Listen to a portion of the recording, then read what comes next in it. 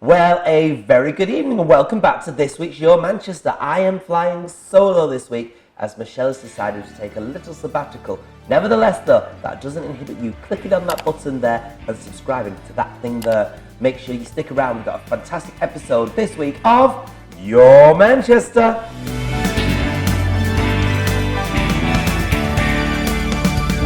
Well, now we are about to speak to two of the stars of this marvellous and hilarious musical, Club Tropicana. We're going to speak to Kate Robbins and the gorgeous Kane Verrall. Let's see what they have to say about this wonderful show. Well, we are here. I'm feeling very, very privileged to meet two of these gorgeous people from the wonderful musical Club Tropicana. How are you? We're fine. Kate Robbins. Not as gorgeous as you. Well, it's daytime. I've not actually had a shave yet, but it's the taking part, isn't it? I feel slightly underdressed, don't you, Kane? I do. I love the jacket. It's when the all jacket. else fails, the scarf works, doesn't it? It does. What a marvellous show. Oh, thanks. This is Kane by Kane Verrall. Yeah, lovely to meet you. Lovely. Lovely to meet you. Kane plays the part of Blaine, which is quite easy to remember. And Kate plays our fabulous Consuelo. I'm Consuelo. It's just a great show, isn't it? We're very... we didn't even recognise you when you first came on. Good, because I look horrible, don't I? It's a transformation and a half, isn't it? Oh, well, she's a grumpy old Spanish, cleaning lady to talk like this, But, yeah, I mean, I just get to do lots of impressions, which is nice. And we get to sing Making Your Mind Up, don't we, Kane? We do. We sing it together. And we have a little turn on that, a little twist on the story of the stripping off bit, A very pleasant twist, I might just add as well. Thank you for that. No, thank you. From us all for that, yes. Some lovely underwear on display there. But yeah, come and see it. And your costumes are just everything. Well, I have 8 changes. It's all right for you. How many do you have? You have quite a lot. I think I have 6. Oh! I'm less than you. He's nearly creeping up. Because you play a Spanish dancer at one point, don't you? I do. A Spanish dancer. We've got some leather in there as well. There's something for everyone. It's very camp. It is very camp. But it's, do you know what? It's just a little antidote to all the Trump and Brexit stuff that's going on. If you want just a good night out and a good laugh. It's a 80s songs with, I think, probably 80s humour as well. Oh, lots of 80s humour. But when I did my review for it, I said it was like watching a sitcom from the 80s. Yeah. Oh, yes. It's got all of that. I read that, yes. Yeah. Oh, was that you? That was me. I did read that, yes. It's got everything going inside it, hasn't it? Yes, it's got, I mean, we're not particularly politically correct, but we're not politically incorrect either.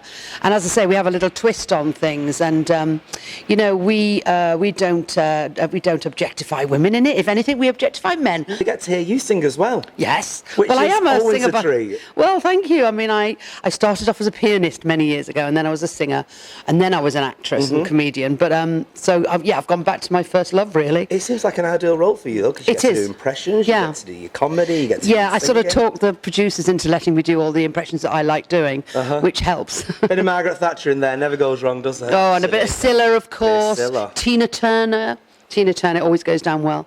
But I had to choose, obviously, the singers of the 80s, and Shirley Bassey. Yeah. Who else do I do? Shirley Bassey. Oh, and Jim Bowen. And it can't beat a bit of bully. I really hope people come and watch this because it's just manic. I think that's the only word for it. It is manic non-stop as well, isn't it? It's very manic, yeah. It is. It's high energy throughout the whole show, and then at the end there's a massive mega mix that everyone can join in with, which I think is great, and everybody leaves feeling on such a high.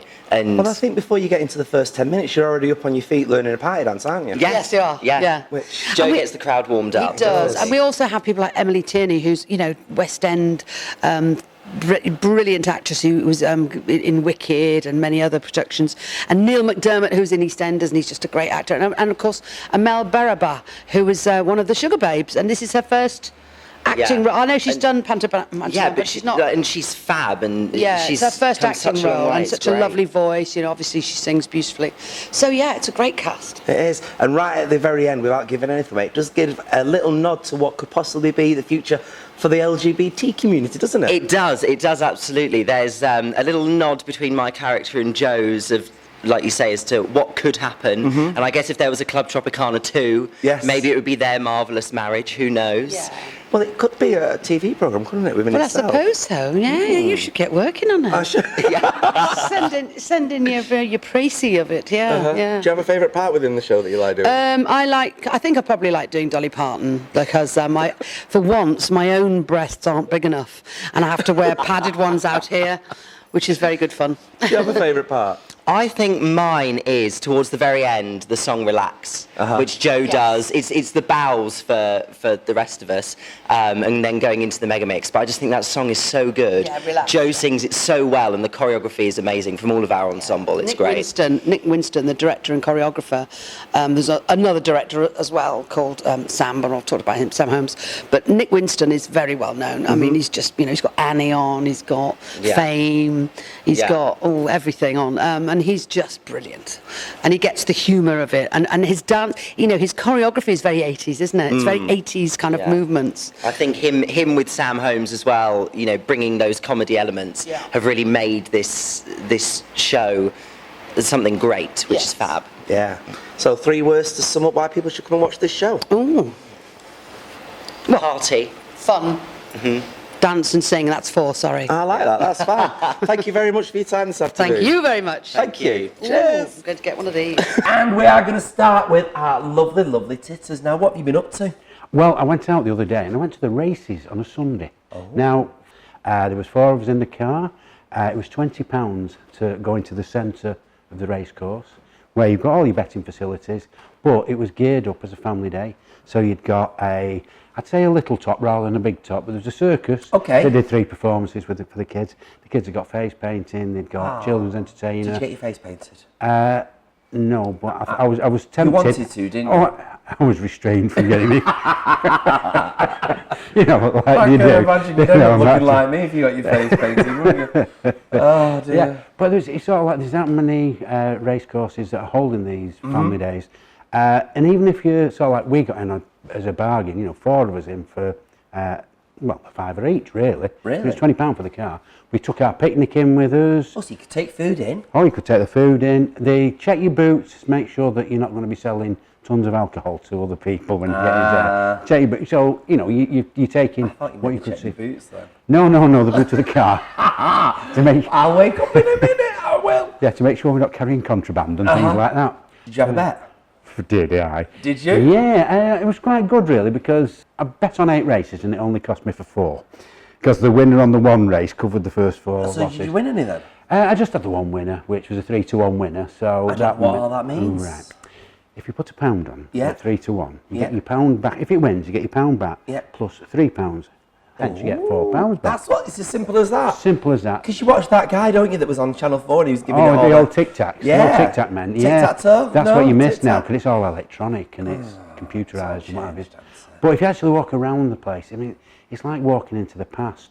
I mean, besides Ripon, Pontefract's one of my favourites. It's like walking back into the 1800s. Some of the buildings on the outside, the wall and the turnstiles, proper old clickety-click turnstiles. But once again, they're doing a lovely family day, and you see all the families out there, once again, taking in the picnics, getting in for next to nothing. Yeah, quite clever really, isn't it? Yeah, obviously the under-18s cannot bet. That's but the definitely dads get to bet. Yeah, and you can bet from, the minimum now is a £2 bet. So that's either a £2 win or £1 each way. Do you? They go each way? Oh, what? Hey? If they go that way or come back. They've got to come back, haven't they? That's it. Is that it? Is that right? No, it's £1 for the win and £1 for the place. And the place is dependent on how many runners there are. Right. And I must say, only bet what you can afford to lose. Quite seriously, don't once the fun stops, you don't do it. Yeah. But I mean, I just thought I love it. But further to that, besides doing the family days, there's an awful lot of them do the music nights. All right. What's these then? This Friday, the 7th of June, at Hayleys Park is one such event. Right. And Jess Glynn is performing after racing. Jess Glynn? The Jess Glynn? The Jess Glynn. So they get big names like that then? Yeah, I'm actually going in July. Right. To watch Rick Astley. Yeah. One man I've that's got my guaranteed ticket. never going to give you up. Yeah, so that's it. I mean, it was only, £38.50 for the ticket. Yeah. And that's your evening's racing, 6 race card, and then the live entertainment for about an hour and a half afterwards. And into the night. I mean, I like having a little flutter. Yeah. I'm a £2 man, me. I don't sort of like go silly money. You don't go daft with it? No. So if you wanted to find out about them, if you just looked up music nights at the racecourses. Yeah. Madness were at Aintree the other week. The first one I went to was Simply Red in their final year when they were. Yeah. And I thought, I love this. Yeah. Seen Tom Jones. Yeah. Jessie J, you know, and I mean for an old timer like me, sort of like Jessie J is a bit young and for my, but good night out. Yeah, and you don't mind watching her either, do you, really? No. Shows looks good in the stage costumes. What are you doing for us next week? I've no idea. Oh, I do. It's always like exciting. when you just get out and about and you go and Just figure go what's out and- going on. Yeah, I mean something, you never know. 7 days is a long time, isn't it? 7 days is a long time, or a very short time, for you to find something for us to fully engross ourselves in. Yeah, and me to get excited over Well, again. exactly. Yeah. Well, I'll say it for Michelle because she's not here. Ta-ta, titters. Well, if you do like to go on these days out, you can guarantee that you'll be wanting a bit of substance. Now, we set our Emily Fleishman the task of cooking some special food for us, vegan style, whatever that means. She's going to tell us. She's cooked us something very Italiano right now.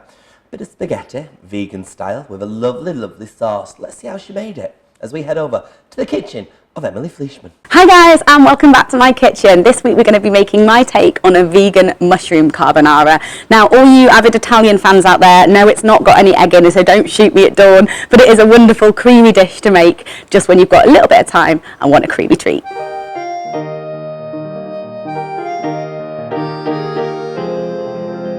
Okay, so first we're going to prep our gorgeous portobello mushrooms. I've got these sliced up and we're going to make a really, really lovely unctuous marinade to get those tasting really, really meaty. So in a mixing bowl, we're going to put 2 tablespoons of soy sauce.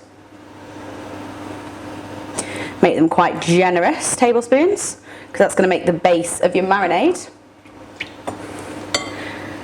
We're going to put 1 tablespoon of maple syrup, which I've already poured. And we're going to put 1 tablespoon of cider vinegar.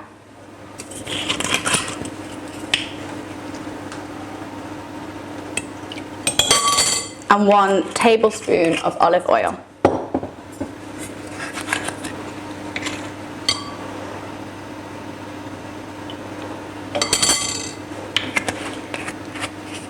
Give that a quick mix, and we're going to throw our gorgeous portobello mushrooms that are thinly sliced in there. Get them covered in marinade.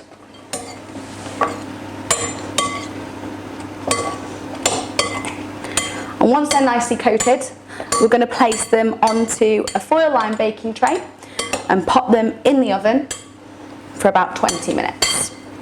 And just before these actually go into the oven, you're going to pop 3 garlic cloves, which I've peeled, onto the baking tray, and in they go. So now it's time to make our creamy, cheesy sauce, and for this I'm going to be using the vegan cheese Violife. You can use any vegan cheese and they're available from all good supermarkets. You need about half of a block.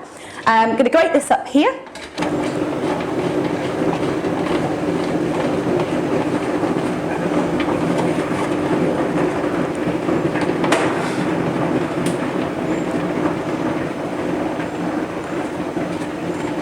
So the way we get this really creamy sauce in this pasta is we use soaked cashews. So I've just soaked these in boiling water for about an hour, but you can soak them overnight in cold water if you'd like.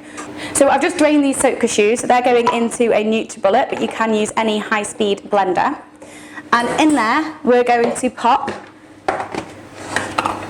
2 tablespoons of nutritional yeast. Now, nutritional yeast is what gives you that lovely cheesy flavour, but obviously keeping it completely vegan.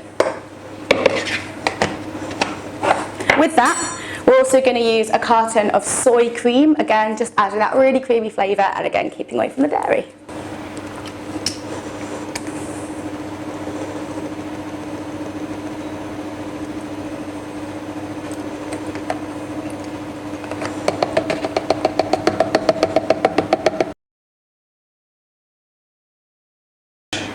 In here, we're also going to add the secret ingredient. Now, this is a teaspoon of miso paste. I'm using white miso. This gives you the really umami flavour that you normally get from meat, but obviously we've got no meat in here, so we want to create that flavour. So you're going to put about a teaspoon into your mix, and then a really generous grind of pepper. Pop that to the side. Meanwhile, we've got on the hob a large pan with some salt and enough pasta for 2 people. I've gone with spaghetti because normally spaghetti is vegan, but obviously just double check your pasta if you want to keep it vegan. So you want to get your pasta onto a medium heat, let it boil, then turn it down and simmer for 10 minutes while your mushrooms are finishing off. So we've got a nice generous handful of parsley. We're going to finely chop this. This just gives a really nice extra flavour in the sauce, and it's also really pretty on top. It's been on for 10 minutes. I just always like to check that it's done. A few people have different ways of doing this. You can throw it at the wall. Personally, I just like to taste it.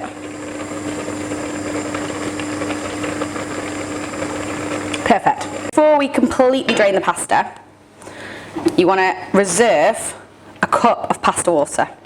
This is just to thin out your sauce later on. So we'll just pop that to one side. And then we can drain our pasta.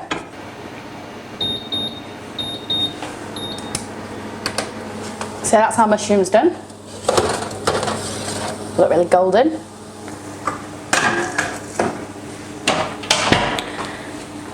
And now what you want to do is pop the garlic into your NutriBullet. So this is now going into our NutriBullet. And before we do that, we're just going to add a couple of tablespoons of soy milk just to loosen it off.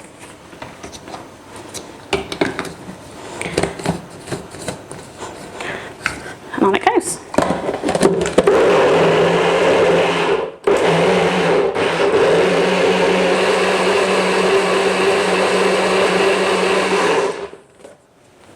Once that's all smooth, I always suggest you give it a quick taste, and then that way you can add more nutritional yeast, more pepper, or more salt if necessary.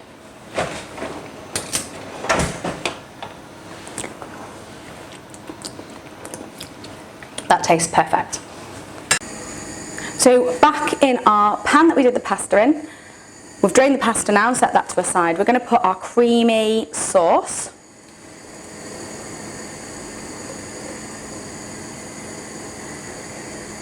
And we're just going to let that heat on a very low heat. So we're going to let that get a little bit warm through, and then we're going to add our grated cheese. And also half of our grated parsley. Tiny bit of pepper, and a little bit of salt to taste. Give that a stir. So as that's warming through, you're going to add a cup of frozen peas and your reserved pasta water from earlier. This is just going to loosen your sauce, so I would suggest you add it a little bit at a time so that you don't make your sauce too thin. So that's heating up nicely. We're just going to add our pasta.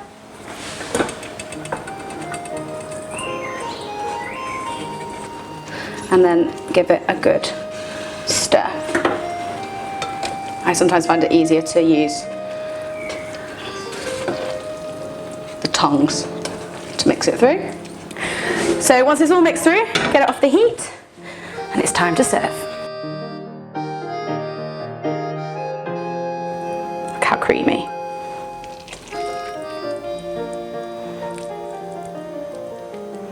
Top with a few of these beautiful meaty mushrooms.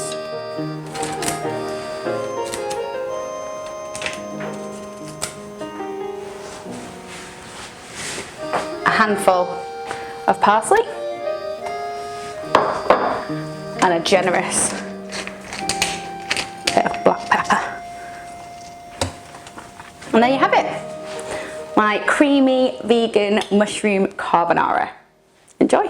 World Gin Day. It is. Now you don't do things by halves, it is No. World Gin Day. It's World Gin Day. So World Gin Day was started a few years ago by a lady called Emma, who's known as Gin Monkey. Gin Monkey. And then last year, a group of us who were trying to get something started in Manchester just had the usual mank response, which is, oh, we'll just do it ourselves.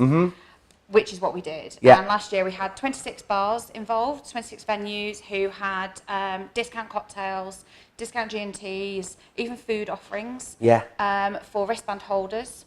And we had a fabulous time. We had free gin tastings as well, which is amazing. It's always good to taste gin for free. And that never hurts. And there's that many gins these days, isn't there? So many, over 7,000. Why has it become such a popular thing all of a sudden? It started kind of 2009. Uh-huh. So up until that point, there was a law in place that had been there since the 18th century. Really? What was the law? The law was that you had to produce quite a large quantity of gin, and you had to pay a £50 tax. Which at that point, so we're talking the 18th century, Was a you fortune. scale it up to Yeah. now, it's about £200,000. That law stayed in place until Sip Smith went along to HMRC and basically said something along the lines of, we're seeing the craft beer industry change, we want to do the same with gin, but this law still sits there and we don't want to make thousands of litres of gin, we want to make our own special gin and bring craft into gin. It took them 2 years of negotiation. Yeah. But they got the law changed. Wow. And that opened the doors for everybody. So now we have so many new distilleries popping up. And so many gorgeous flavours as Oh, well. so much. The thing with gin is you start with juniper and a neutral-based spirit. Yeah. And then you can add whatever you like. And they do. They do. They really, really do. There's some strange ones around, isn't there? What's the strangest one you've come across? The strangest ones I've come across, there's one from France called Thompson's Gin, Oh, yeah? which has fresh peaches in it. But it also has caviar. Caviar. Caviar. As in fish eggs? As in fish eggs. Yeah. I bet it tastes nice, though. It's a decent gin. It just the caviar eggs kind of give it a bit of a salinity about it, so a bit of a saltiness about it, but it doesn't really add. It doesn't add any fishy flavour. Just makes it sound posh, does it? Right. It does, and it uses. The idea was that they used botanicals from the surrounding area, so it was very local to that part of France. And what's the weirdest one you've tasted? The weirdest one I've tasted anti-gin. Okay, you'll have to explain that to me. It has ants distilled into it. It's about £200 a bottle. It's got ants in it. It's got Mind ants you, in they have it. worms in tequila. This is true. We can have ants in gin. This is true. The ants just add, they have a particular acid that they produce called formic acid. Right. And that goes into the distillate and it gives it a particular flavour. It's fantastic. I'm not sure my budget has it in for 200 quid for a full bottle. Thankfully, a chap in Cheshire took pity on me and let me try some anywhere else. Thank you so much for your time today. problem I will at be all. there. It sounds absolutely fantastic. Thank you. No problem. What we will do now is we'll hand you straight over to our gorgeous Hayley. Hi, I'm Hayley and welcome to On The Box. Now, first of all, years and years. If you haven't watched it, do catch up on it. It's absolutely brilliant. I'm not going to go into it too much because I do not want to give you out any spoilers. Also, Gentleman Jack. Now, that is on the BBC as well. Absolutely brilliant drama. If you haven't started on that, do catch up with that as well. And I'm not going to tell you anything about that either because you just have to watch it. Now, Good Omens, that will shortly premiere on Amazon Prime too. It will also premiere on the BBC shortly afterwards as well because the BBC co-produced it too.